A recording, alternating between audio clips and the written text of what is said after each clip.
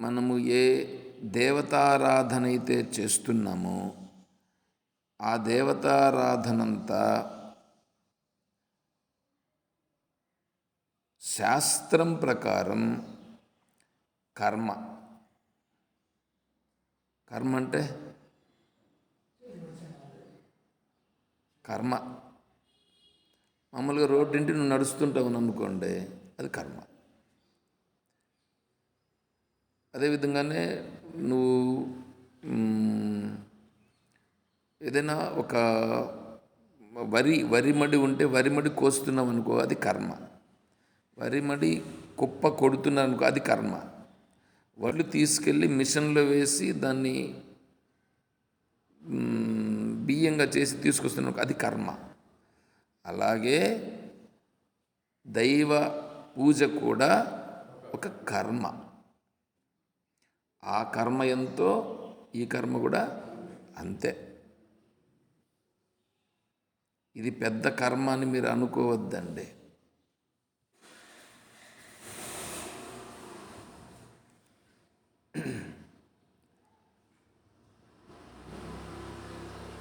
బ్రాహ్మణులు, క్షత్రియులు, వైశ్యులు, శూద్రులని 4 వర్ణములను శాస్త్రం చెప్పింది. అయితే వాళ్ళు చేసే కర్మను చెప్పింది శాస్త్రం.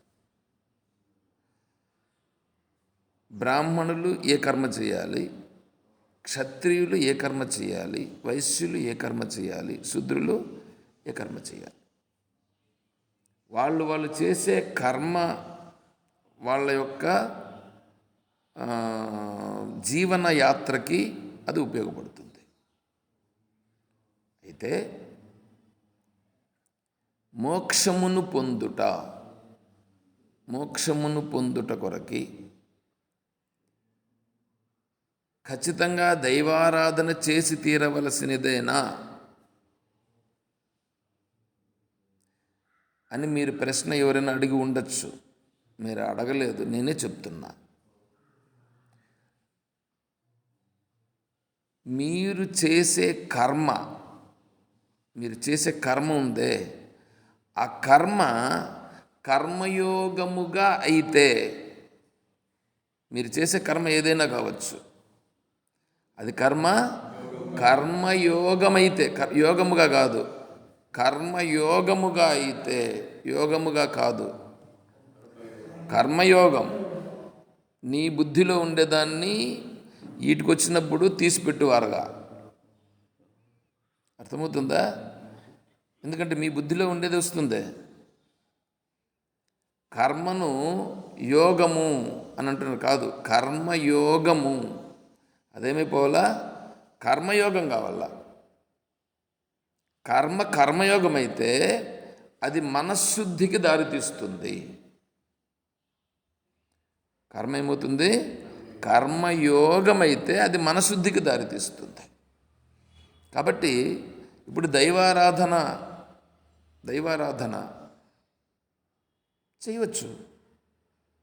చేయవచ్చు. వాళ్ళందరూ చేస్తున్నారా? అందరూ చేస్తున్నారంటే ఇప్పుడు శూద్రులు ఉన్నారు. శూద్రులుగా ఉండే వాళ్ళు రోజు వాళ్ళు స్నానం చేసి వచ్చి దేవుణ్ణి పూజ చేస్తారా? అష్టోత్తర శతనామాలతో పూజ చేస్తారా? చేసే పరిస్థితి ఉంటుందా? ఉండదు. అందులో మాత్రానికి వాళ్లకు అంతఃకరణ శుద్ధి కలగదనేమన్నా సిద్ధాంతం ఉందా? లేదు. వాళ్ళకేం జ్ఞానం కలగదనుందా? లేదు. అతను చేసే పని స్వే కర్మణ్యభిరతః సంసిద్ధిం లభతే నరః. స్వే కర్మణ్యభిరతః అంటే ఎవరెవరు వాళ్ళు చేయవలసిన కర్మని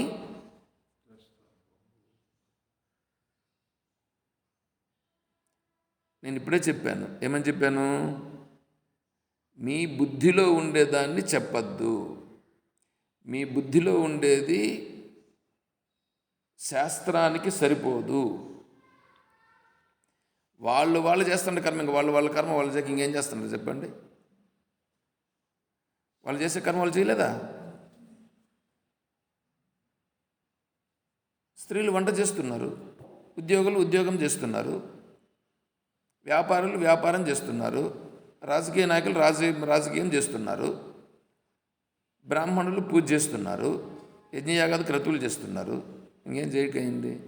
మరి అట్లయితే చేస్తా అంటే వాళ్ళు ఏమన్నా మోక్షాన్ని పొందుతారా?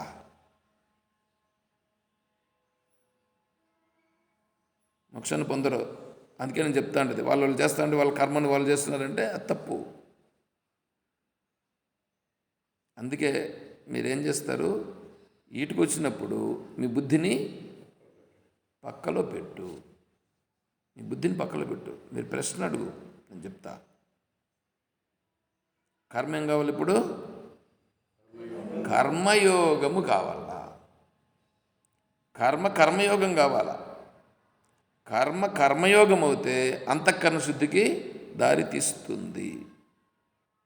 అలా అంతఃకరణ శుద్ధికి దారి తీసినప్పుడు మనస్సు శుద్ధమైతే అప్పుడు అంతా ఈశ్వరుడు, ఇదంతా ఈశ్వరుడు అనే వివేకం వస్తుంది. ఇదంతా ఈశ్వరుడు అనే వివేకం మొదటి ప్రార్థన. ఇందులో ఉన్నటువంటిది మొదటి ప్రార్థన. ఆ తర్వాత రెండవ ప్రార్థన, ఆ ఈశ్వరునికి నాకు ఏమిటి సంబంధం అంటే అప్పుడు నేను ఎటువంటి వాడననేటువంటిది విచారణ రూపంగా వివేక రూపంగా తెలుసుకున్నప్పుడు దీనిని అనుభవములోనికి తెచ్చుకున్నట్టు జరుగుతుంది. అది ఇక్కడ ధ్యాన రూపంలో మొదట వాడికి ఒక మెట్టు వాడికి చెప్పిస్తున్నామన్నమాట. ఇక్కడ ధ్యాన రూపంలో వాడికి చెప్పిస్తున్నాం. ఏది ఇక్కడ రెండవ ప్రార్థన, ధ్యానం ఎట్లా చేయాలి, ధ్యానంలో నీ భావన ఎలా ఉండాలి, నీ మనస్సు ఎలా భావించాలనేది ఇక్కడ చెప్తున్నారు. అర్థమవుతుందా? కాబట్టి మొదటిదేమో సగుణ ప్రార్థన, రెండవదేమో నిర్గుణ ప్రార్థన. ఈ సగుణ ప్రార్థన చేసేటప్పుడు మనస్సు ఆ భావంలోకి వెళ్ళాలి. ఏ భావంలోకి వెళ్ళాలి? సగుణం. ఈ సర్వము ఈశ్వరుడే, ఈ సర్వము ఈశ్వరుడే. హే పరమేశ్వర, ఈ శరీరంతో సహా ఈశ్వరుడే. ఇటు ప్రార్థన చేసేటువంటి మనస్సు మాత్రం ఒకటి వేరుగా ఉండాల. ప్రార్థన చేసే మనస్సు మాత్రమే ఒకటి ఉండాలి, మిగతా అంతా ఈశ్వరుడే అని ఆ భావనతో ఈ మనస్సు ఇప్పుడు ప్రార్థన చేయాలి. ఆ తర్వాత రెండవది ధ్యానం. ధ్యానంలో ఇప్పుడు మనస్సు ఉందిగా, ఈ మనస్సుకు ఇది చూసుకోవాలి. ఇప్పుడు ఈ మనస్సు బహిర్విషయాలన్నింటినీ విడిచిపెట్టి నేను ఏమిటి నేను ఏమిటి అనేది ఇప్పుడు ఇక్కడ అనుభవం తెచ్చుకోవాలి. నా నామము నేను. నా నామము నేనంటే నామము పేరు, ఆ పేరేదో అది నేనంటే ఆ వెనకాల చైతన్యం ఏది ఉందో అది నేను. సగుణము ఈ పంచమహాభూతాలతో కనిపిస్తున్నటువంటిది. నిర్గుణము గుణములు లేనటువంటిది. సగుణ నిర్గుణ. నిర్గుణ అంటే గుణములు లేనిది, సగుణ అంటే గుణములు ఉన్నది. చక్కెర అంటే చక్కెర ఎట్లుంటుంది? తీగా ఉంటుంది. చక్కెర క్రిస్టల్స్ లాగా ఉంటుంది. ఆ క్రిస్టల్స్ చక్కెర కాదు. చక్కెర ఏమిటి? తీయదనం చక్కెర. ఆ తీయదనాన్ని చూపించగలమా? ఇప్పుడు చక్కెర రూపంగా క్రిస్టల్స్ రూపంగా ఉండేది సగుణం. ఆ తీయదనం నిర్గుణం. ఊరికే ఉదాహరణకు చెప్తున్నది అక్కడ మనం గుర్తించేదానికి. కాబట్టి ఈ దేవతారాధన ఇవంతా కూడా చేయాల్సిందే.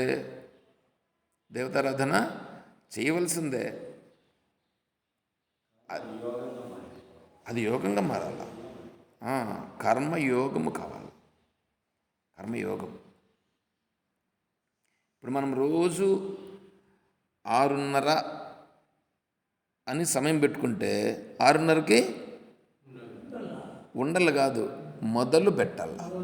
అది మొదలు పెడితే అది నియమం, అది కరెక్ట్గా పాటించడం, అది యోగం.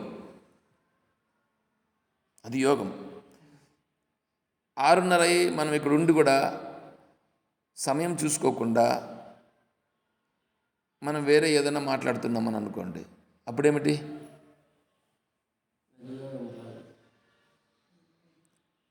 నిర్గుణం కాదు. అసలు యోగమే చేయలేదు వీడు, యోగమే మెట్టెక్కలేదంటే ఇంకా నిర్గుణానికి అడిగిపోతాడు. చూసారా? అందుకనే ఇక్కడికి ఎవరు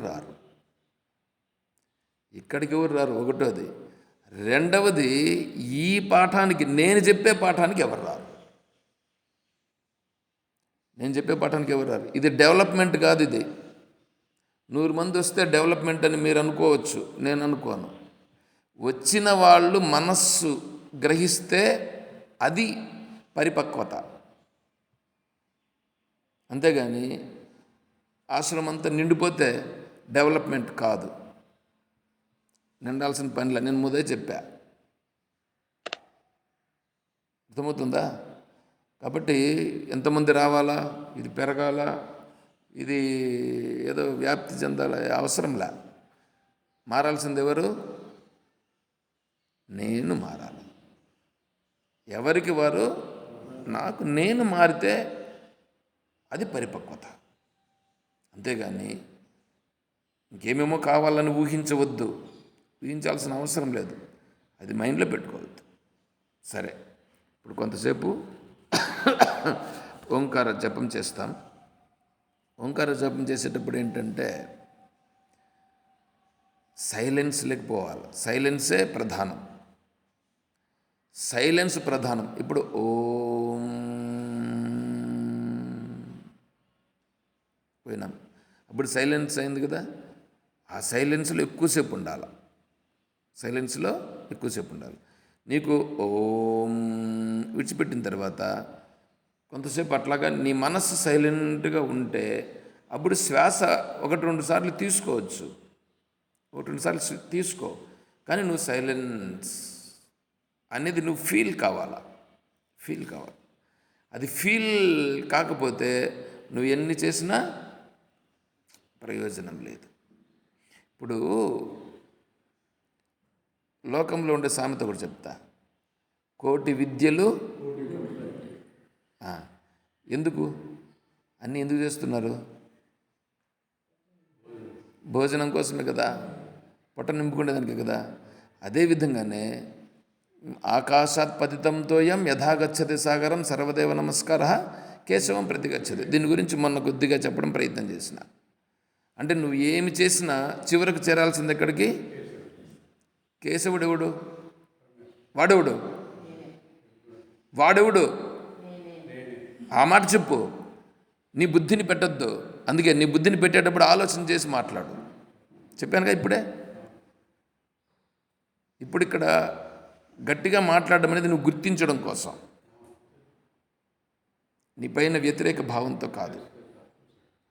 అర్థమవుతుందా? కాబట్టి మనం మాట్లాడేటప్పుడు నెక్స్ట్ వస్తుంది, ఈరోజు వచ్చే దాంట్లో కొద్దిగా చెప్పడం కోసం ప్రయత్నం చేస్తా. కాబట్టి అదెవరంటే నేను అనేది స్థిరమగుట. నేనే. ఆ కేశవుడెవరు? నేనే. కేశవ. క ఈశా వా. క అంటే బ్రహ్మ, ఈశ అంటే ఈశ్వరుడు, వా అంటే విష్ణువు. ఈ ముగ్గురికి ఎవడు ఆధారం? అంటే నేను ఆధారం. నేనంటే చైతన్యం. ఆ చైతన్యము అంతటా ఉన్న చైతన్యం. ఆ చైతన్యం నేను.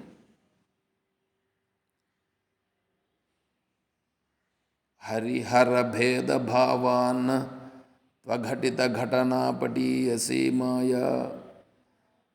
హరి, హరుడు, విధి, బ్రహ్మ, ఆయన వేరు ఈయన వేరు ఇంకోటి వేరు అనేటువంటి భావనంతా కల్పించింది మాయ. ఆ మాయే మనస్సు రూపంగా నీలో ఉంది. కాబట్టి మనం దేనిపైన ఫోకస్ ఇప్పుడంటే ఎప్పుడూ ఫోకస్ ఒకటే, ఏమిటి? అది నేనంటే చైతన్యం, చైతన్య భావనలో నిలుపుట. మనస్సును ఇప్పుడు ఏం చేస్తున్నాం? చైతన్యంలోకి తీసుకెళ్ళి దాన్ని కలుపుట కోసం ప్రయత్నం. నువ్వు నిద్రలో విత్తనాలు స్మెల్ బాగుంటాయి. సరే మాకు కూడా స్మెల్ పంపించు. నీకు ఫస్ట్లోనే చెప్పిన, నువ్వు మ్యూట్ చేసుకొని రా లోపలికి అని ఉండు. ఆన్ చేస్తానట్లే వచ్చింది సమయం. కాబట్టి మనమేంటి, నిద్రలో మనస్సు దానంతట అది అజ్ఞానం లేకపోతుంది. ఇక్కడ మనం ఏం చేస్తున్నాం? మన మనస్సుని ప్రయత్నపూర్వకముగా చైతన్య స్థితిలోకి పంపిస్తున్నాం. ఇది అభ్యాసం. నిద్రలో తమోగుణము చేత శరీరం అలసిపోయి నిద్రలేకపోతుంది. ఇక్కడ ప్రయత్నము చేత, సత్వగుణము చేత నువ్వు చైతన్య స్వరూపంలోనికి తీసుకెళ్తే అది సత్వగుణం. సత్వగుణంతో ఇక్కడ మనం ప్రయత్నం చేస్తున్నాం. సరే, ఆ ప్రయత్నం చేస్తామంటే ఇప్పుడేంటి? మన మనస్సుని ఓంకారం చెప్తూ విడిచిపెట్టాలి. శ్వాస చెప్తూ శ్వాసను విడిచిపెడుతూ చెప్పాలి. అర్థమవుతుంది కదా? ఓకే. ఇప్పుడు కూర్చోండి. 2 పాదములు నేలకు పూర్తిగా ఆనాలి.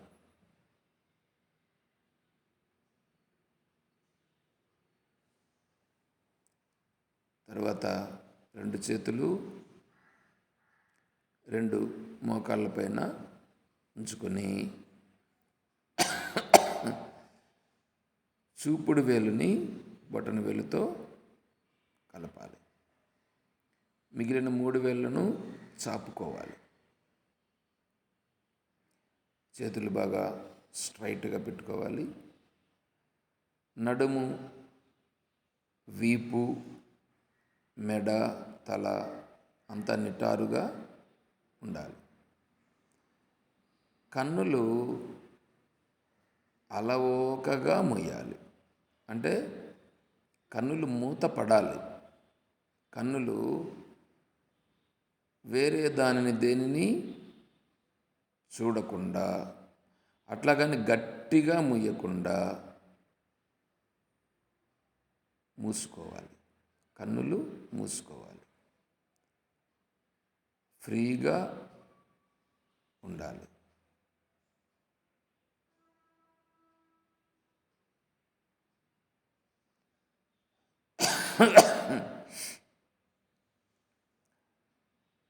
ఇప్పుడు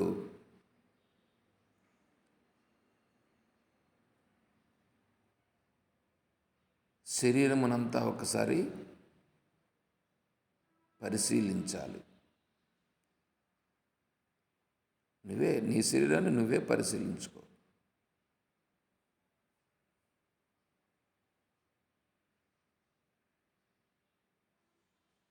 ఇప్పుడు నీ అంతట నువ్వే ఒక సంకల్పం తీసుకో. ఏమని? నేనిప్పుడు పరమాత్మ యొక్క స్వరూపమును భావిస్తున్నాను.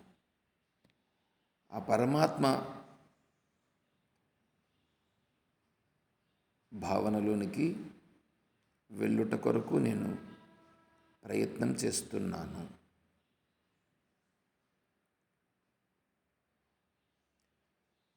నేను ఏ సంకల్పాలు నేను చెయ్యను.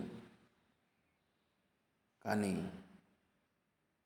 మనస్సులో ఏవైనా సంకల్పాలు వస్తే వాటికి నేను అడ్డు చెప్పను, వాటిని గుర్తిస్తూ ఉంటాను అంతే. వాటిని గుర్తిస్తానే కానీ వాటితో నేను కలవను. నేనుగా ఉండుట కొరకు ప్రయత్నం చేస్తాను.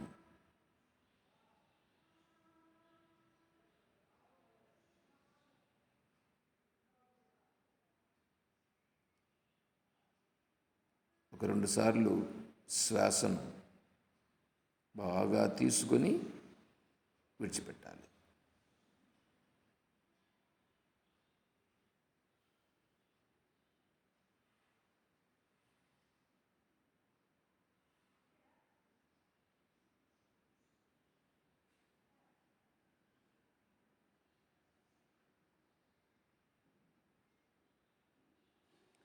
శాస్త్రములు, గురువులు, భగవద్గీత, ఈ సర్వము నాకు తెలియబడుచు ఉన్నటువంటి ఈ సర్వము ఈశ్వరుని యొక్క స్వరూపమే అని చెప్పుచున్నది. అంతేకాకుండా శ్రీకృష్ణ పరమాత్మ అర్జునునికి విశ్వరూపమును చూపించారు. ఆ విశ్వరూపము ఈ జగద్రూపముగా ఉండుటయే. ఈ జగత్తంతా ఈశ్వరుని యొక్క విశ్వరూపమే.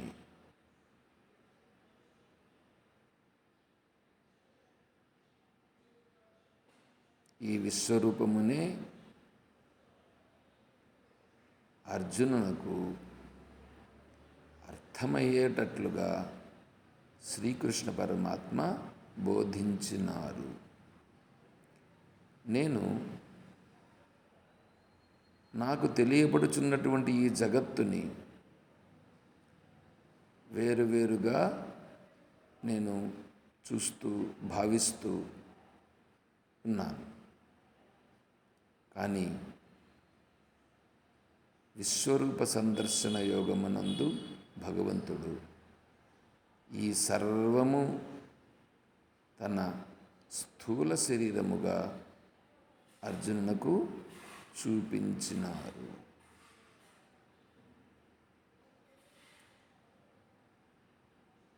నాకు తెలియబడుచున్నటువంటి ఈ పంచమహాభూతములతో ఉన్నటువంటి ఈ ప్రపంచమంతా కూడా ఈశ్వరుని యొక్క స్వరూపమే. నాకు నా శరీరం ఎట్లనో ఈశ్వరునికి ఈ శరీరము అలా. కాబట్టి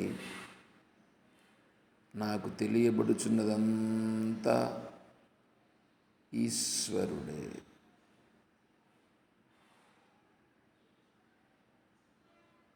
ఈ ఈశ్వర స్వరూపమును ఓం అని భగవద్గీత, ఉపనిషత్తులు చెప్పుచున్నవి.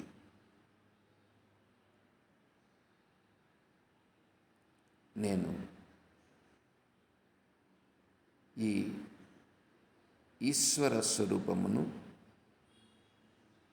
సగుణ బ్రహ్మ అని చెప్పుచున్న ఈ ఈశ్వర స్వరూపమును ఓం చెప్తూ ఆ భావనలోకి నేను వెళ్ళుచున్నాను. హే పరమేశ్వర, నా మనస్సులో నేను ఇదివరలో ఏమేమో చేసి ఉంటాను, ఏవేవో సంకల్పించి ఉన్నాను. అయినా మీరు దయాస్వరూపుడు. నేను చేసినటువంటి కర్మల వలన నన్ను ఎంతో హీనంగా చూడాల్సి ఉంటుంది.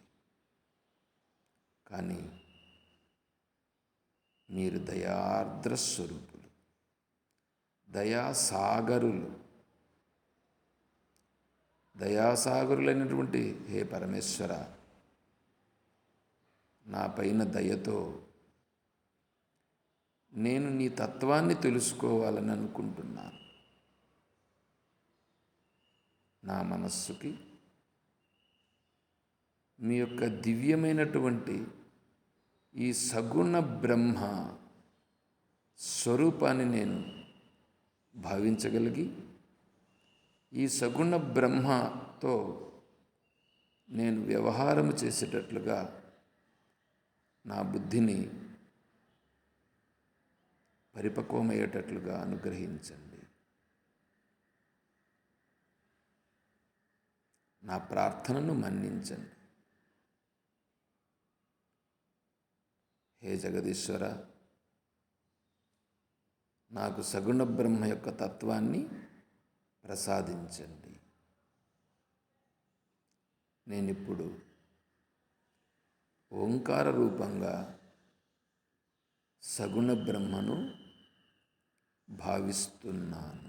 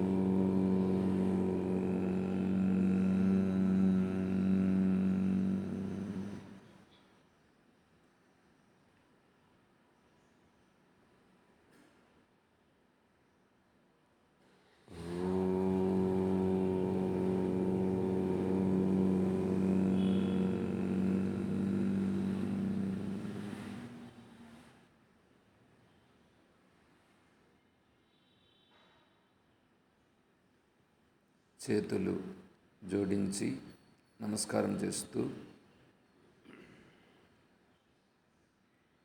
ఓం శివోహం ఓం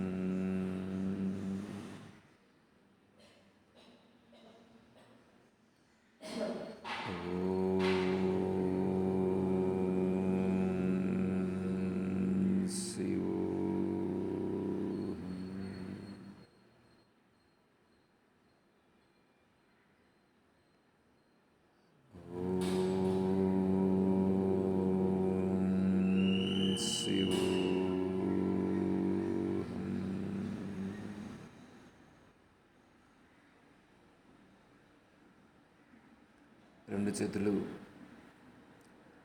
తొడలపైన ఉంచుకొని మీరు ఫ్రీగా కూర్చోవచ్చు. కొంతసేపు ఇదే భావనలో ఉండండి.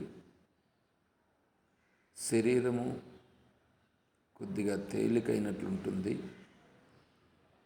మనస్సు కూడా కొద్దిగా తేలిక అయి ఉంటుంది.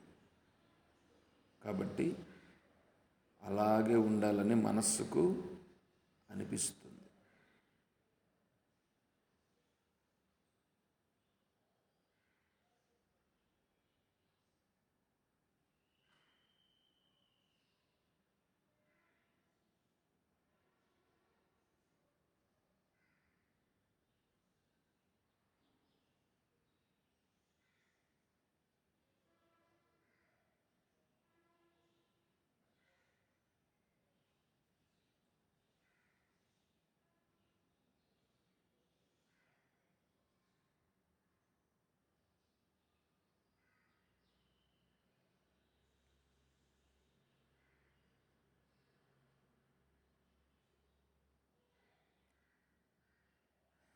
ఓం నమో బ్రహ్మాదిభ్యో బ్రహ్మ విద్యా సంప్రదాయకర్తృభ్యో వంశ ఋషిభ్యో మహద్భ్యో నమో గురుభ్యః.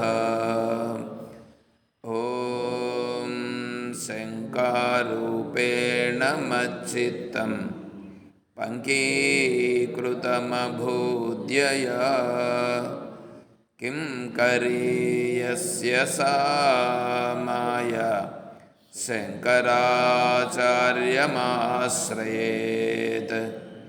ఓం యుక్తాహార విహారాయ వివిక్తస్థలవాసినే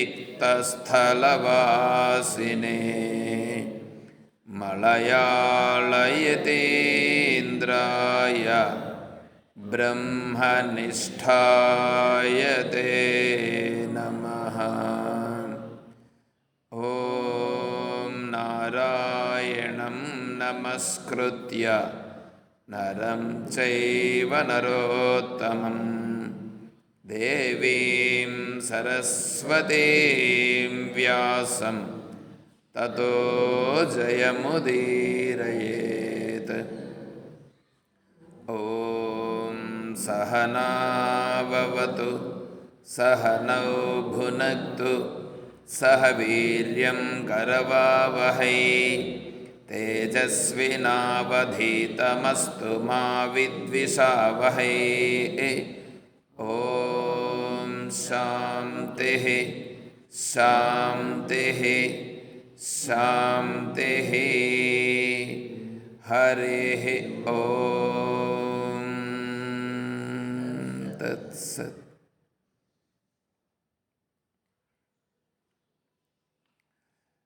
పరిపూర్ణ పరబ్రహ్మస్వరూపులకు ప్రియాత్మ బంధువులారా, ఓం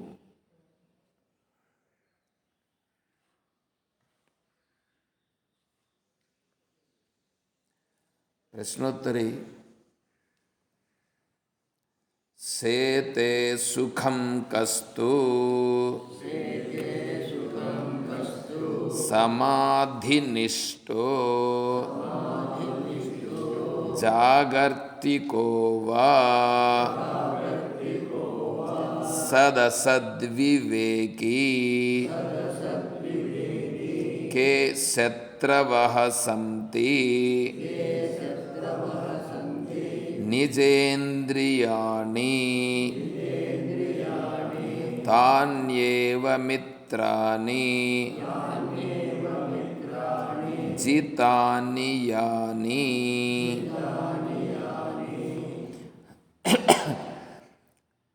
సేతే సుఖం కస్తు, సుఖముగా నిద్రిస్తున్నటువంటి వాడెవరు?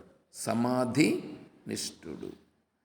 సమాధి నిష్ఠుడు అంటే చైతన్య స్వరూపములో స్పష్టంగా ఉన్నటువంటి వాడు. జాగర్తికోవా, మేలుకున్నటువంటి వాడు ఎవరు? సదసద్ వివేకి. సత్ అంటే ఏమి, అసత్ అంటే ఏమి అని తెలుసుకున్నవాడు వాడు వాడు వాడు చేసే వ్యవహారములలో నేను ఏది చేయాలి, ఏది చేయకూడదు, ఏది చెయ్యాలి, ఏది చేయకూడదు, ఇది చేస్తే ఏమి, ఇది చేయకపోతే ఏమి,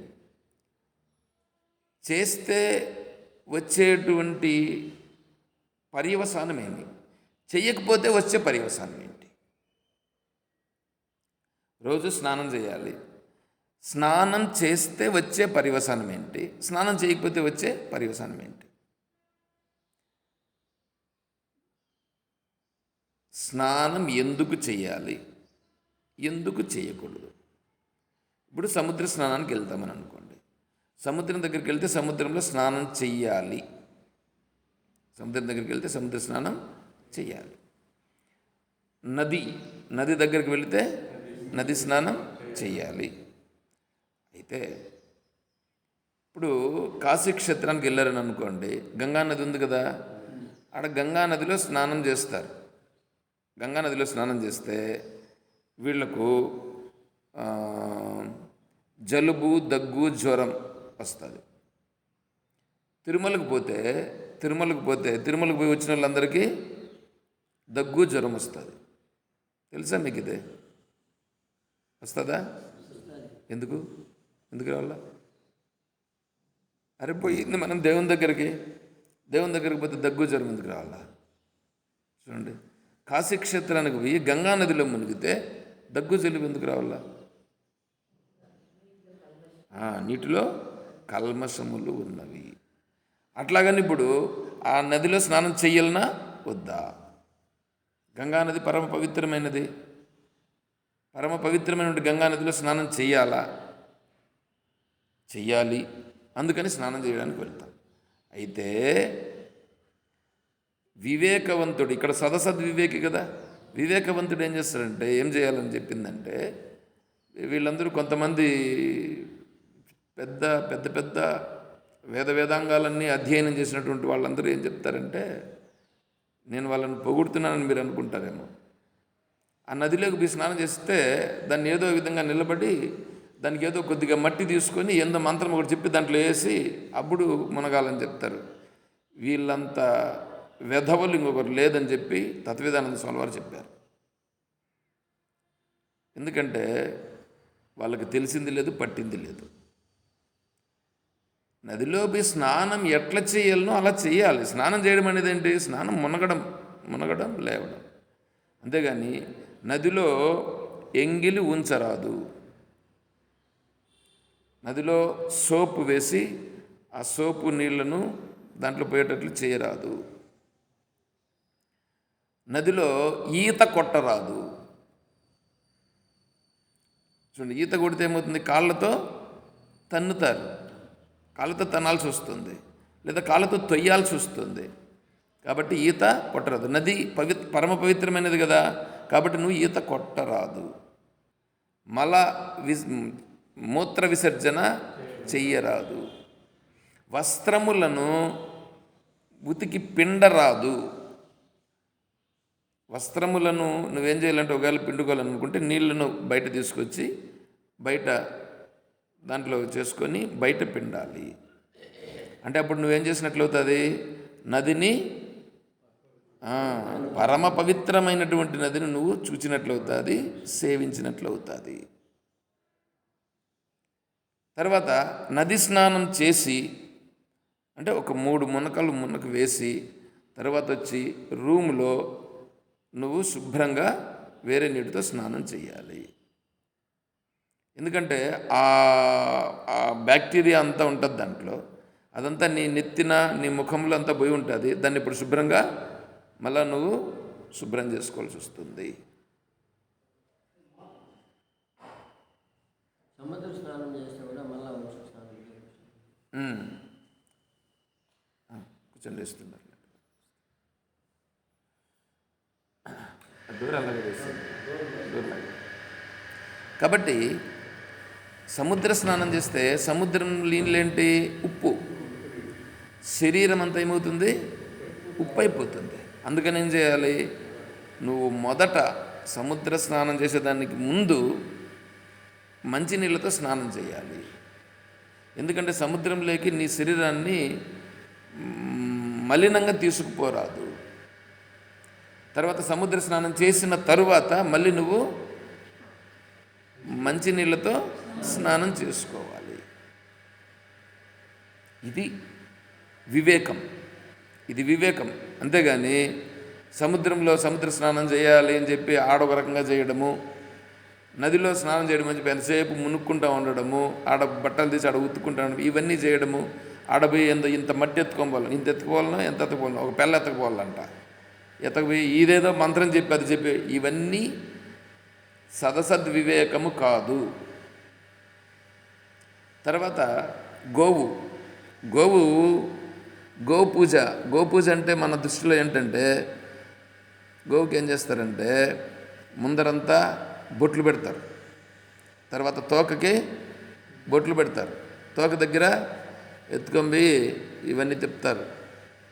తర్వాత ఈ ముఖానికి కూడా హారతి ఇవ్వడం ఇవన్నీ చేస్తారు. కానీ ముఖానికంటే వెనకాల తోకకే అన్నీ చేస్తారు. ఆ తోకను వీళ్ళు ఏం చేస్తారు తెలిసిన కొంతమంది ఆ తోకను పట్టుకొని తోకతో ఇట్లా కొట్టుకుంటూ ఉంటారు వీళ్ళు. ఇవన్నీ చేసేదాని వలన ఇప్పుడు మీరు అనుకోండి, మీ వెనకాల మీ జుట్టు ఉందని అనుకో, మీ జుట్టుని పట్టుకొని అట్లా అన్నామని అనుకో, మీకేమనిపించదా? వస్తుందా? ఇప్పుడు ఆ గోవుని అట్లంటే దాన్ని నువ్వేం చేసినట్లు? తర్వాత బొట్లు పెట్టేది, బొట్లు పెట్టమని గోవు అడిగిందా? గోవు అడిగిందా? అడగలేదు. పైగా బొట్టు పెడితే దానికి కంట్లో పడుతుంది. ఇప్పుడు నీకు కూడా బొట్టు పెడితే ఒకసారి రాలిపోతుంది కదా, దాన్ని నువ్వు ఊపుకుంటావు, ఏదో ఒకటి చేసుకుంటావు. అది చేసుకోగలదా? అందులో ఈ కుంకుమ అనేటువంటిది ఎట్లా ఉంటుంది? అది నీకు కొద్దిగా దాంట్లో అంతా కెమికల్స్ అంతా కలిపి ఉంటారు. అందువలన అది కంట్లో పడితే దానికి ఇబ్బంది కదా. తర్వాత ఆ తోకని ఇట్లా బట్టి ఇట్లనేది. నెక్స్ట్ అంటే ఆ తోక ఒకవేళ ఇరిగిపోయింది అనుకో ఎంత ఇబ్బంది.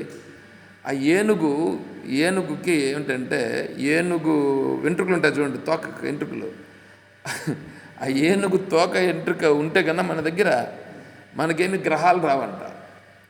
కాబట్టి ఏం చేస్తారు, ఏనుగు మీరు ఎడన్నా చూడండి, తోకకు ఒక్క వెంట్రుక కూడా ఉండదు, ఒక వెంట్రుక కూడా ఉండదు. ఎందుకు పీకేసి ఉంటారు వీళ్ళు. పీకేసి ఈ వెంట్రుకలు కూడా అమ్ముతారు వాళ్ళు.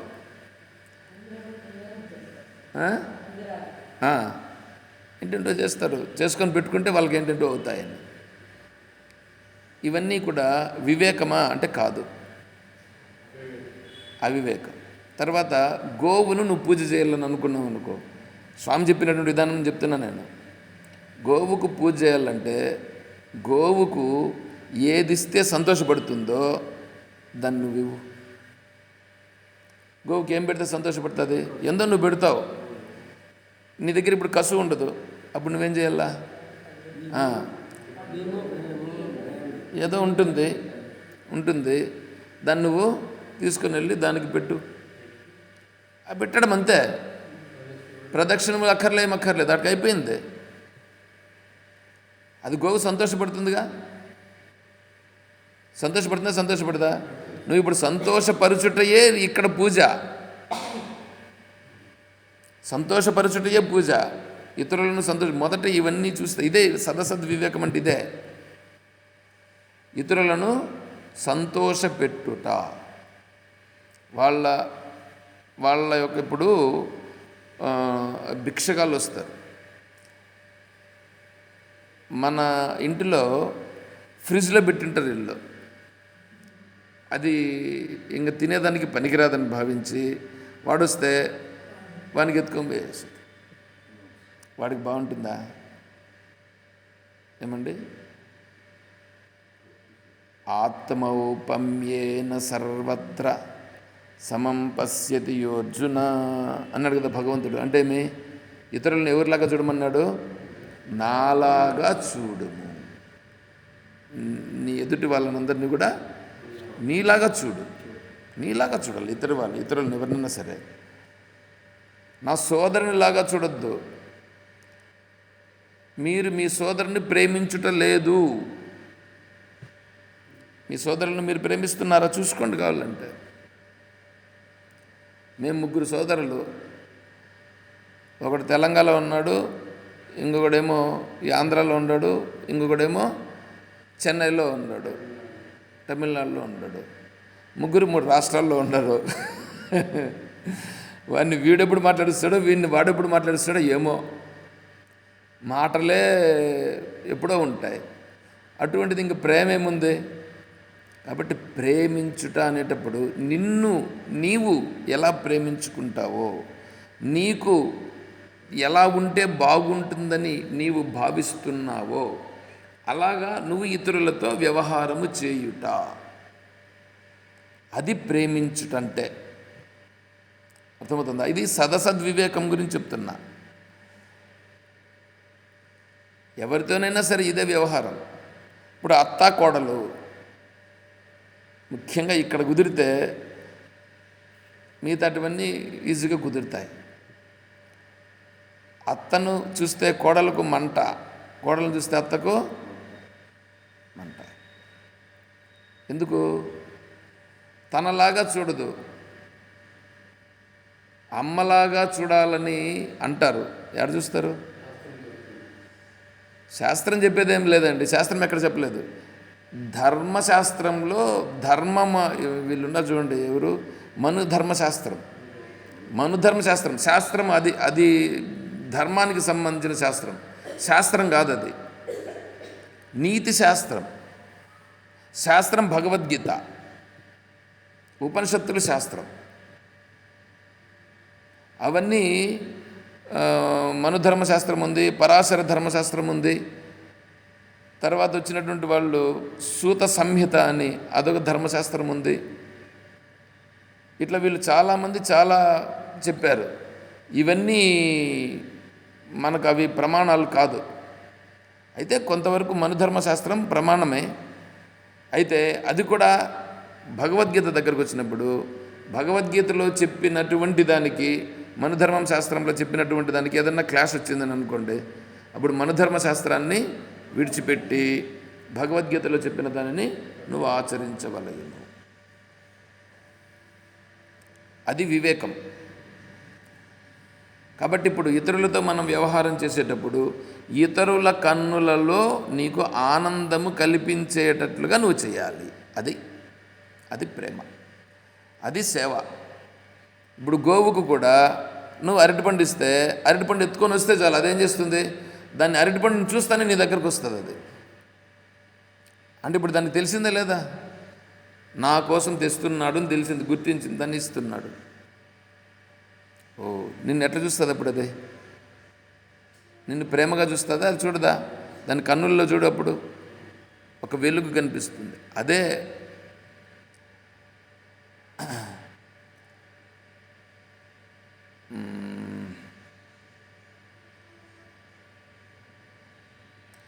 దక్షిణాక్షి ముఖే విశ్వ, దక్షిణాక్షి ముఖే విశ్వ. విశ్వడు, తైజస్సుడు, ప్రాజ్ఞుడు అని ఉన్నారు. విశ్వ, తైజస్స, ప్రాజ్ఞులు. విశ్వడు అంటే జాగ్రత్త అవస్థలో జాగ్రత్త అవస్థాభిమాని. నీ యొక్క కన్నులు ఉన్నాయి కదా, ఈ కన్నులలో వీళ్ళు ఏం చేస్తారంటే, ఇప్పుడు పెళ్ళి చేసేటప్పుడు పెళ్ళి కొడుకుని పెళ్ళి కూతుర్లని, పెళ్ళి కొడుకుని పెళ్ళి కూతుర్ని ఇద్దరిని ఒకరి కన్నుల్లోకి ఒకరు చూసుకోమంటారు. ఎప్పుడు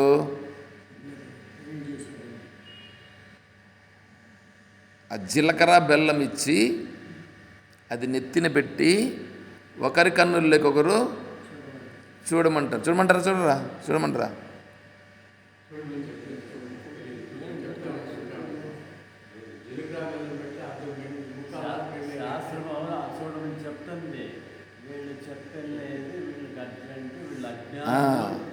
ఈ జీలకర్ర బెల్లము ఇచ్చి తల మీద పెట్టి వీళ్ళను కన్నులలో ఒకరిని ఒకరు చూచుకోండి అని అంటారు.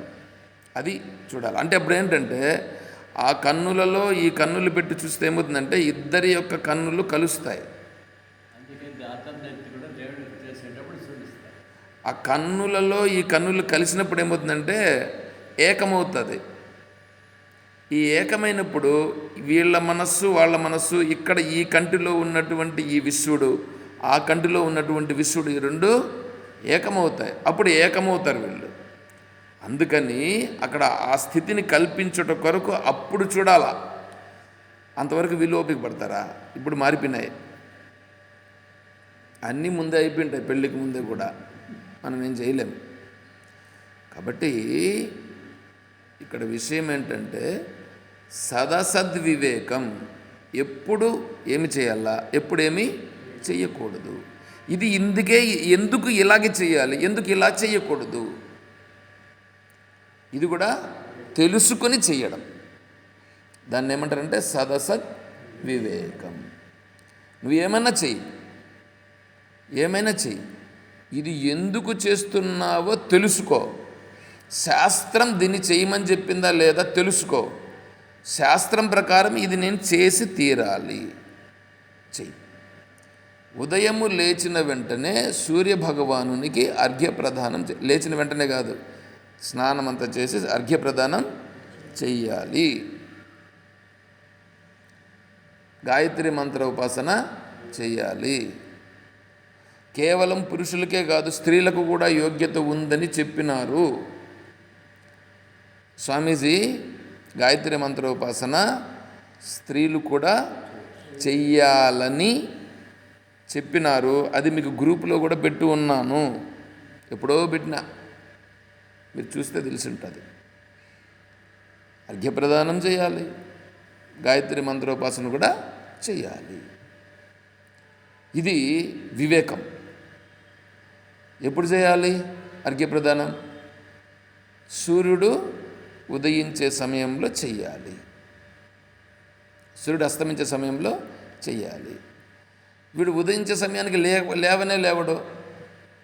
వీడు ఇంకేం చేస్తాడు? ఇప్పుడు వీడికి వివేకం ఉన్నట్లా లేనట్లా? వీడికి లేదు. సత్ అసత్ వివేకం. స్వామి ఏం చెప్పారంటే, ఇప్పుడు ఒకవేళ నువ్వు రాత్రిలో ఏదో పని ఉండింది, లేటుగా పడుకున్నావు, అంటే ఏదో ట్రైన్లో వస్తూ ఉండి ఏదో నువ్వు ఇంటికి వచ్చేటప్పటికి లేట్ అయ్యింది, ఎప్పుడో పడుకున్నావు, 11-12 పైన అయింది నువ్వు వచ్చేటప్పటికి, అప్పుడు పడుకున్నావు. పొద్దున్నే లేసేదానికి కాదు. అప్పుడు నువ్వేం చేయాలంటే వెంటనే లేయి, నిద్ర ఉంది కదా, లేచి స్నానం చేసి సూర్యునికి అర్ఘ్యప్రదానం చేయాల్సిన టైంలో అర్ఘ్యప్రదానం ఇచ్చేయి, గాయత్రి మంత్రం చెప్పాయి, ఇప్పుడు వచ్చి పడుకో.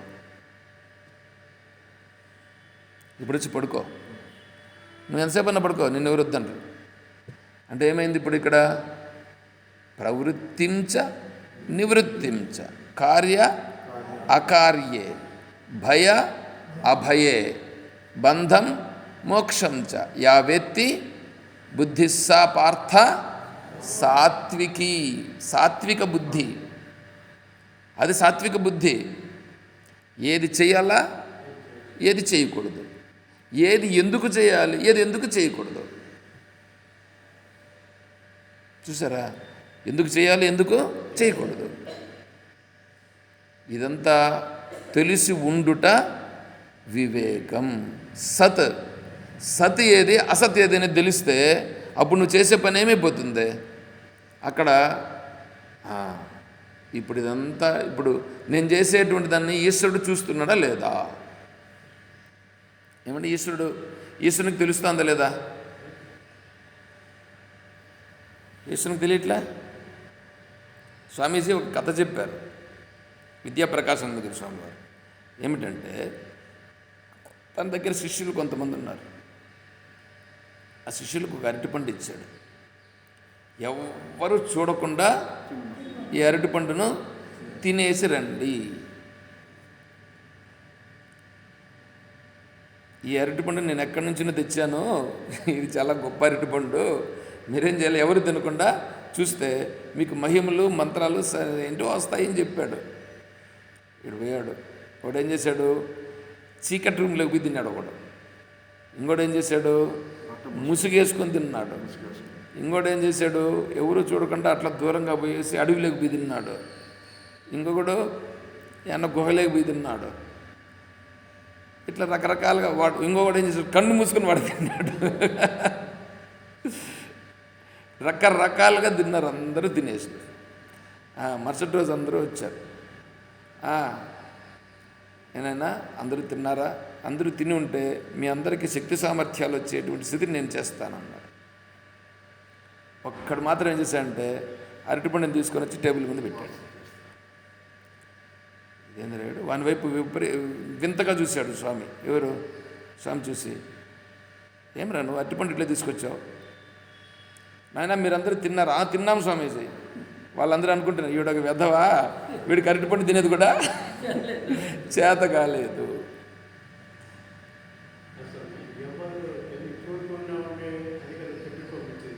అవును,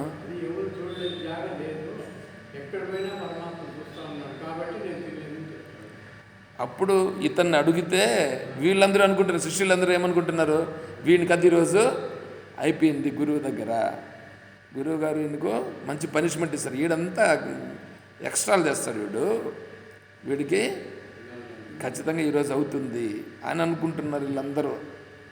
మీరందరూ తిన్నారా? తిన్నాం. ఎక్కడెక్కడ తిన్నారా? చెప్పాడు. అంతా చెప్పేశారు. నువ్వెందుకు తినలేదురా? స్వామి నేను ఎక్కడ పోయినా నేను తినేదానికి పరమాత్మ చూస్తున్నాడు. సహస్రశీర్ష పురుష సహస్రాక్ష సహస్రపాద్ పురుష సూక్తం. సహస్రాక్ష సహస్రపాద్, అనేకమైనటువంటి కన్నులతో పరమేశ్వరుడు చూస్తున్నాడు. చూడండి, పరమేశ్వరుడు అనేకమైనటువంటి కన్నులు కలిగి పరమేశ్వరుడు ఇట్లా చూస్తూ ఉంటే పరమేశ్వరుని యొక్క దృష్టిలో పడకుండా నేను ఎలా తినగలను? నేను ఎక్కడ పోయినా పరమేశ్వరుడు చూస్తున్నాడు, కాబట్టి నేను ఎలా తినగలను గురుదేవా? అందువల్ల నేను తినలేకపోయినాను అని చెప్పి అరటిపండు పెడితే, వీడు నాకు నా వారసుడిగా వీడు సరిపోతాడు అని చెప్పి వాడిపైన కాన్సన్ట్రేషన్ చేసి వాడికి శాస్త్రం బాగా చెప్పడం జరిగిందట. స్వామీజీ యొక్క కథ. కాబట్టి ఇప్పుడు మనం చేస్తున్నామని అనుకోండి, మనం ఎక్కడున్నా ఏం చేస్తూ ఉన్నా ఈశ్వరుడు చూస్తున్నాడా లేదా? ఈశ్వరుడున్నాడు అనేది సత్. నీ మనస్సు ప్రకారంగా నీ ఇష్టం వచ్చినట్లు చేసేది అసత్. నీ ఇష్ట ప్రకారం నువ్వు చేస్తే బంధింపబడతావు. ఈశ్వరుడు చూస్తున్నాడని నువ్వు చేస్తే బంధముల నుండి విడుదల పొందుతావు. చూడు ఎంత తేడా వచ్చేసింది. కే శత్రవః సంతి, నీకు శత్రువులు ఎవరు? శత్రువులు ఎక్కడున్నారు? నీ శత్రువులు మామూలుగా మనమేమనుకుంటాం, వాడు శత్రువు, వీడు శత్రువు, వీడి శత్రువు, ఇట్లా చేస్తాడు ఇట్లా చేస్తాడు కదా మనం అనుకుంటుంటాం. అట్లా అనుకుంటూ ఉంటాం మనం. కానీ వాళ్ళందరూ శత్రువులు కాదు.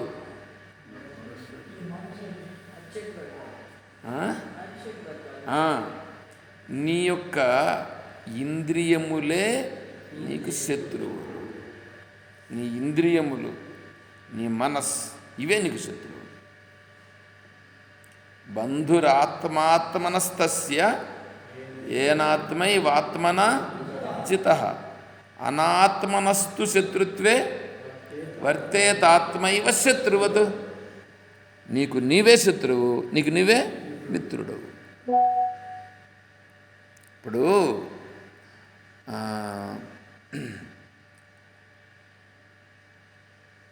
నీకు ఇంద్రియాలు ఉన్నాయి. ఇంద్రియాలు ఏవేవి ఉన్నాయి? కర్మేంద్రియాలు ఉన్నాయి, జ్ఞానేంద్రియాలు ఉన్నాయి, మనస్సు కూడా ఇంద్రియమే లెక్క. ఇప్పుడు శ్రోత్రేంద్రియానికి ఒకటి లోబడి, శ్రోత్రేంద్రియానికి, శ్రోత్రం అంటే చెవి, చెవి ఏం చేస్తుంది? శబ్దాన్ని వింటుంది. ఈ శబ్దాన్ని వింటుంది కదా చెవి. శబ్దాన్ని వినుకుంటూ ఉండిపోతారు కొంతమంది. ఏమిటి ఆ చెవిలో ఏందో ఇప్పుడు ఇంకా చాలా సింపుల్గా వచ్చేసినాయి బ్లూటూత్లు పెట్టుకొని. నేను ఈ మధ్యలో అంటే ఇప్పుడు కాదులే, ఫస్ట్లో స్టార్టింగ్లో నేను వాకింగ్ పోతుంటే ఎవరో వస్తుంటారు, మాట్లాడుకుంటూ వస్తుంటారు. వాడు నన్ను ఎందుకు మాట్లాడుతున్నాడు నేను అనుకునేది. నేను దగ్గరికి పోతానని అనుకోండి, వాడు నన్నేమో మాట్లాడిస్తున్నాడు, నేను అనుకొని దగ్గరికి పోతానన్నమాట. నాకు తెలీదు వాడేందో మాట్లాడుకుంటూ పోతుంటాడు. నేను పొరపాటు చేసినానే, వాడు నన్ను మాట్లాడలేదు, వాడేందో మాట్లాడుకుంటున్నాడు నేను అనుకునేది. ఫస్ట్లో నాకు తెలియదు, వాడు చెవిలో పెట్టుకునేది నాకు తెలీదు. మళ్ళీ కొద్ది రోజులకి కొంతమందిని గమనించిన తర్వాత ఏంద్రా వీళ్ళు ఇట్లాగే మాట్లాడుతున్నారు అంటే వీళ్ళు ఏదో ఉంది అని అప్పుడు గమనించిన నేను. ఓహో, అప్పుడు గమనిస్తే చెవిలో ఇది వేరే వాళ్ళు పెట్టుకుంటా ఉంటే చూసినా నేను. అప్పుడు ఏదన్నా బ్లూటూత్ అన్నా నీకు ఇక్కడ ఉన్న తగలేసుకుంటారు. ఇప్పుడు అంతా బ్లూటూత్లు ఇవంతా తగలేసుకోవాల్సిన పనిలా, అదంతా ఓల్డ్ ఫ్యాషన్. నువ్వు ఇంకా ఎక్కడో ఉండవు. చిన్నది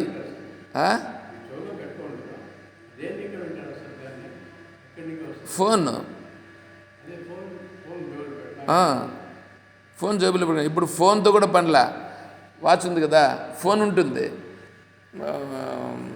ఇవి వస్తాయనుకో, ఫోన్ కాల్స్ వస్తాయనుకో, ఈ దీంట్లోనే ఆపరేషన్ ఉంటుంది వాచ్లో.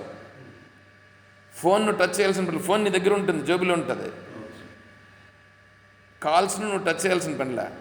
ఇంకా ఏంటంటే ఫోన్లో పాటలు ఉంటాయనుకో, ఆ పాటలను కూడా ఇప్పుడు నువ్వు దీంతోనే మేనేజ్మెంట్ ఈ ఫోన్తో ఈ వాచ్తో చేయొచ్చు. దీంట్లో అంతా సెట్టింగ్స్ ఉంటాయి. సెట్టింగ్స్ చేసుకుంటే నువ్వు ఏమేమి సెట్ చేసుకుంటే అదంతా ఇక్కడ వస్తుంది.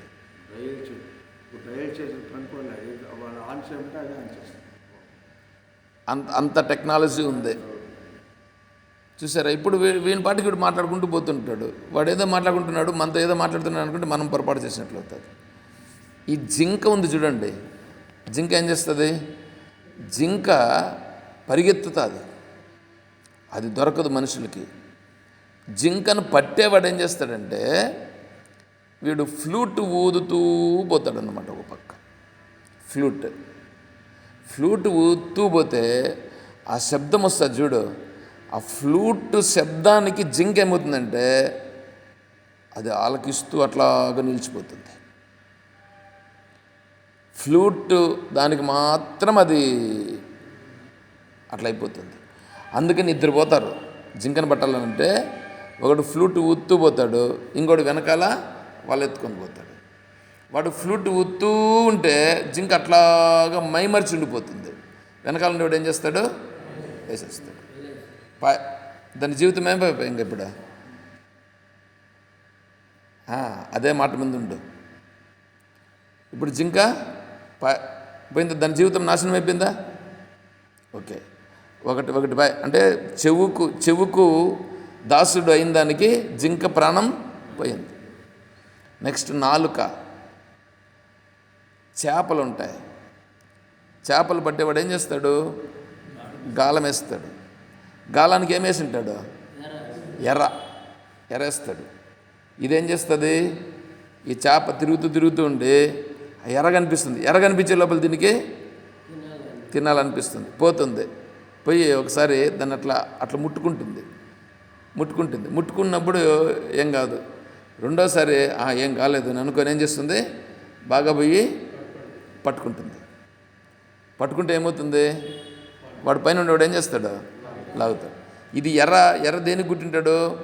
ఒక ముళ్ళు ఉంటుంది, ఆ ముళ్ళుకు గుట్టుంటాడు. దాన్ని ఎప్పుడైతే నోట్లో పట్టుకునిందో ఈ ముళ్ళు ఇప్పుడు లాగే లోపల లాక్కొని వచ్చేస్తుంది. ఇప్పుడు చేప నాలుక రుచికి లోబడి ఏమైంది? పోయిందా? దాని జీవితం స్మాష్ అయిపోయి. మళ్ళీ వాసనకి తేనె ఎట్లుంటుంది? మంచి గుమ్మ అని వాసన వస్తుంది, మంచి తేనె అయితే. ఆ తేనె పెట్టిన జాగాకి ఈగలు వాళ్తాయి. ఈగలు వస్తాయి రావా? ఈగలు వస్తాయి. ఈగలు వచ్చి ఏం చేస్తాయి? ఆ వాసనకి ఆ తేనెను తినాలని దాని మీద కూర్చుంటాయి. కూర్చొని ఏం చేస్తాయి? తేనెను బాగా తాగుతాయి. తేనెను తాగింది కదా, ఇప్పుడు ఇంకా తేనెను తాగేసినానని చెప్పి లేస్తుంది. లేచేదానికి కాదు. ఎందుకు? మత్తు కాదు, కాళ్ళు జిగురుని పట్టేసింది. కాళ్ళు ఏమైపోయినాయి? ఇప్పుడు కాళ్ళు పట్టేసిందిగా, కాళ్ళు అంటుకునేసింది, తేనెలో పడిపోయింది. ఇంక ఇప్పుడు లేవలేదు. దాని జీవితం పాయ్. వాసనకు పోయి అది పాయ్. ఇంకోటి కంటికి దాసుడు చూడు. మినుగురు పురుగులు ఉంటాయి. ఇవి కొన్ని పురుగులు నువ్వు దీపం పెట్టు, సాయంకాలం పూట దీపం పెడితే ఏమవుతాయి? కొన్ని పురుగులు వస్తాయి. పురుగులు వచ్చి ఏమవుతాయి? ఆ దీపంని పట్టుకుంటాయి. దీపం అగ్ని దీపం పెడితే దాన్ని చూసి దాన్ని తినాలని, ఏదో ఉందని తినాలని వచ్చి దాంట్లో పడి వాడి ప్రాణం పోతాయి. రూపానికి ఒకటి వచ్చి రూపానికి దాసులయ్యింది, దాని ప్రాణం పోయింది. చెవులకు దాసులయ్యింది, దాని ప్రాణం పోయింది. ముక్కుకు దాసులయ్యింది, దాని ప్రాణం పోయింది. నాలుకకు దాసుడయింది, దాని ప్రాణం పోయింది. ఇంకా స్పర్శ,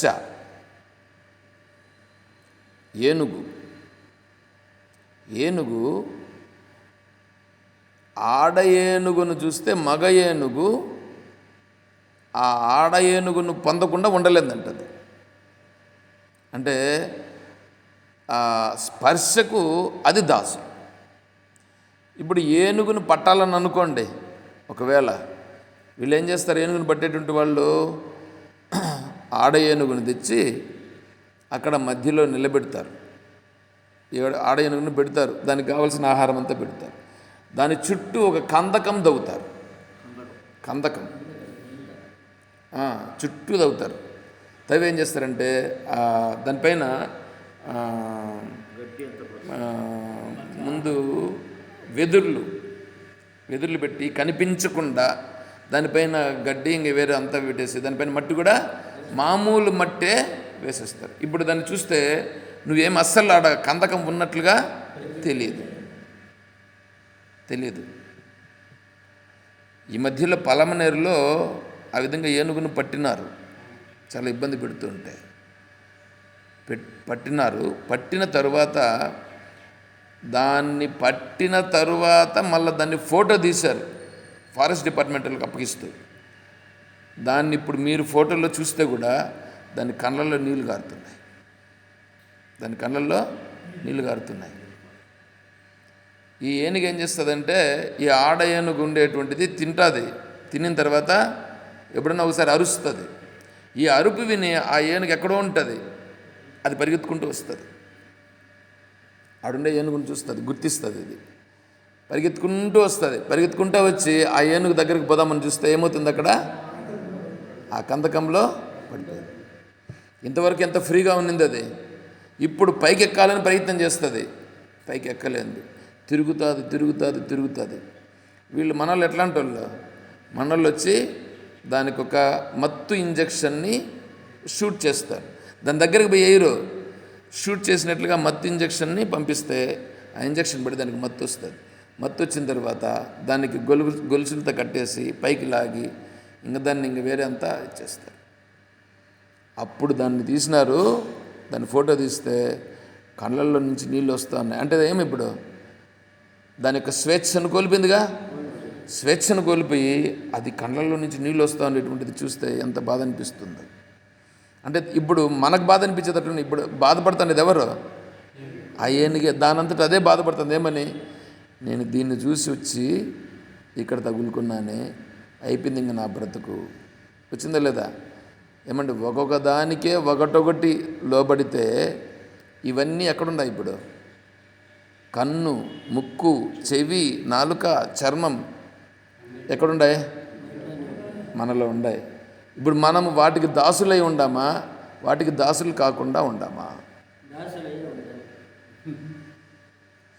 దాసులైతే అవే నీకు శత్రువులు, అవే నీకు శత్రువులు. వాటిని నీ అదుపులో పెట్టుకుంటే అవే నీకు మిత్రులు. వాటిని నీవు అదుపులో పెట్టుకునడం అంటే కండ్లతో ఏమి చూడాలా, ఏమి చూడకూడదు. అయితే కండ్లతో చూస్తే ఏమి చూడాలి, ఏమి చూడకూడదు అంటే కనిపించకుండా ఉంటాయా? నువ్వేం చూస్తే అవన్నీ కనిపిస్తూ ఉంటాయి. కానీ చూచిన ఇది నాకు అవసరం లేదు, సదసద్వివేకం. ఏది చూడాలా అంటే చూసినాం, చేసినాం, దాన్ని పట్టించుకోవాలన్నా వద్దా, దాన్ని మార్చుకోవడం. చెవులతో ఏది వినాలా, ఏది వినకూడదు. శాస్త్రజ్ఞానమును వినాలి, సత్సంగంలోకి వెళ్ళాలి, సత్సంగానికి వెళ్ళాలి, వినాలి. అక్కడ ఏం జరుగుతుంది? సత్సంగం జరుగుతుంది. సత్ విషయాలు ఉంటాయి, నీకు తెలియని విషయాలు తెలుస్తాయి.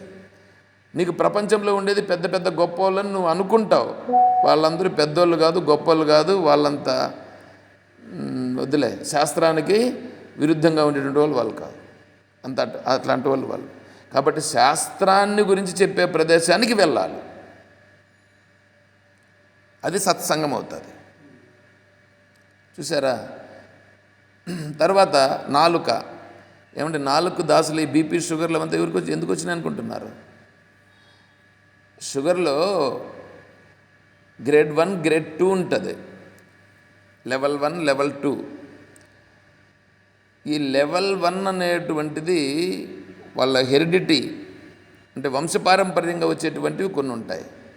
వంశపారంపర్యంగా కాకుండా వీడు తినే ఆహార పదార్థాలను బట్టి వచ్చేటువంటిది లెవెల్ 2 ఉంటుంది. దీన్ని ఇప్పుడు ఏం చేసిందంటే, వీడికి షుగర్ వచ్చినా కూడా వీడు తినే ఆహార పదార్థములను సక్రమంగా మెయింటైన్ చేసి శరీరానికి కావాల్సిన ఎక్సర్సైజులన్నీ చేస్తే దీనిని మాత్రలు తినకుండా షుగర్ లేకుండా చేసుకోవచ్చు. దీన్ని షుగర్ని చేసుకోవచ్చు. అది ఎక్కడుంది? ఎవరిపైన ఉంది? మనపైన. ఒక్క నాలుకను కంట్రోల్ చేసుకుంటే షుగరే కాదు, ఉప్పు, కారం మీరు తినే దాంట్లో చూసుకోండి. ఉప్పు, కారము, పులుపు, నూనె, నెయ్యి, ఊరగాయ, ఈ 5 నీకు ప్రధాన శత్రువులు. కానీ ఇవి లేకుండా మీరు తినగలరా? ఎంత వేసుకోవాలన్నా అంత వేసుకొని తినాలా. అసలు వద్దంటారు. ఆ మంత్రి సత్యనారాయణ రాజు చెప్పేటి వింటే మీరు తెలుస్తుంది. కూరగాయల్లోనే ఉప్పు ఉంది, ఉప్పే వెయ్యొద్దని అంటాడు. ఇంకా ఆయన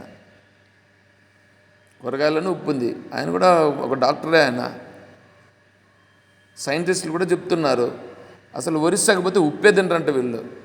తెల్లగా ఉంటారు మనుషులు, ఉప్పే తినరంటారు. ఉప్పు తినేదాని వల్లనే మనం కొద్దిగా నల్లగా కూడా ఉంటుంది మనుషులు. ఇవన్నీ కూడా ఉన్నాయి. కారం, ఇవన్నీ సదసద్వివేకం. చూడండి ఎట్లా ఉందో ఇప్పుడు సదసద్వివేకం ఎక్కడ పనికి వస్తుంది? దేవుని దగ్గరకు వచ్చి వేదాధ్యయనం చేస్తే నేను సదసద్వివేకమా? నీ జీవితంలో ఎట్లా వస్తాను చూడండి. ఇక్కడ భార్యతో ఎలా ఉండాలి, భర్తతో ఎలా ఉండాలి, తల్లిదండ్రులతో ఎలా ఉండాలి, పిల్లలతో ఎలా ఉండాలి, వాళ్ళని ఎలా గైడ్ చేయాలి, ఇదంతా సదసద్వివేకం కాదా? ఏమంటే అవునా కాదా? ఇవన్నీ మనం సక్రమంగా చేస్తే సరిపోతుంది. ఇప్పుడు పిల్లలపైన మనం పడవలయునా వద్దా? వద్దు. ఎందుకంటే నన్ను కాపాడుతూ ఉండేది ఎవరు? నన్ను చూస్తుండేది ఎవరు? పరమేశ్వరుడా? పరమేశ్వరుడు అనే మనం అంటాం, కానీ పరమేశ్వరుడు నన్ను ఎట్లా కాపాడతాడు? పరమేశ్వరుడు నా కర్మలో ఉండేదాన్ని నన్ను తొలగించగలడా? నా కర్మలో ఉండేదాన్ని తొలగించలేడు. కాబట్టి నాకేమి జరిగినా అదంతా ఏమిటి? నా ప్రారబ్ధ కర్మలో ఏది ఉందో అదే జరుగుతుంది. నా ప్రారబ్ధంలో ఏముందో అది జరుగుతుంది. విద్యానందగిరి స్వామి వారు చెప్పారు, నీ ప్రారబ్ధము పైన నీవు బాగా దృష్టిని పెట్టి నా ప్రారబ్ధంలో ఏముందో అది జరుగుతుందనేటువంటి ధైర్యం ఆలంబ్య, నువ్వు ధైర్యాన్ని అవలంబించి స్వాధ్యాసాపనయం కురు, స్వాధ్యాయం చెయ్యి. స్వాధ్యాయం చెయ్యి అంటే ఏమిటి? నేనంటే ఎవరు అనేటువంటి ఈ తత్వాన్ని చెప్పేటువంటి దాన్ని నువ్వు తెలుసుకో. కిం అధ్యాత్మం 8వ అధ్యాయంలో వస్తుంది. కిం తద్బ్రహ్మ కిం అధ్యాత్మం కిం కర్మ పురుషోత్తమ అధిభూతం చ కిం ప్రోక్తం అధిదైవం కిం ఉచ్యతే ఉందా? అక్కడ కిం తద్బ్రహ్మ కిం అధ్యాత్మం. అధ్యాత్మం అంటే ఏమిటి? అక్షరం బ్రహ్మ పరమం స్వభావో అధ్యాత్మం ఉచ్యతే. అక్షరం బ్రహ్మ, బ్రహ్మ అక్షర స్వరూపుడు. ఆ అక్షర స్వరూపమే ఈ శరీరం నందు కూడా ప్రకటింపబడుతుంది. ఇది అధ్యాత్మం. దానిని గురించి తెలుసుకో. చూడు ఎట్లా ఉందో. ఇలా తెలుసుకునేటువంటి మార్గంలో ప్రయాణం చేస్తే నీ ఇంద్రియాలు, నీ మనస్ నీకు మిత్రులు అవుతారు, బంధువు అవుతుంది. అవే ఇంద్రియాలు, అదే మనస్సుని నీవు ఇష్టం వచ్చినట్లు విడిచిపెడితే అవే నీకు శత్రువులు అవుతాయి. చూడండి, అదే చెప్పారు ఇక్కడ. కే శత్రవః సంతి నిజేంద్రియాన్ని, నీ యొక్క ఇంద్రియాలే నీకు శత్రువులు. త్యాన్యేవ కాదు, తాన్యేవ, అక్కడ యావత్ ఎక్స్ట్రా పడింది. అవే నీకు మిత్రాన్ని, అవే నీకు మిత్రులు. ఎప్పుడు?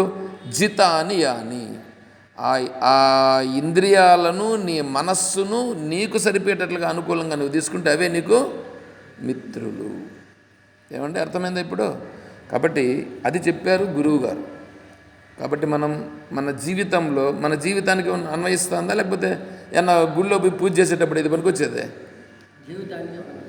జీవితంలో ప్రతి క్షణము మనకు కావాల్సినటువంటివి అది ఇక్కడ చెప్తున్నటువంటిది. అది వేదాంతం అవుతుంది. అది ఇక్కడ మనకు గురువుగారు చెప్పారు. దీన్ని తెలుసుకొని నెక్స్ట్ శ్లోకానికి మనం మళ్ళీ వెళ్దాం. ఓం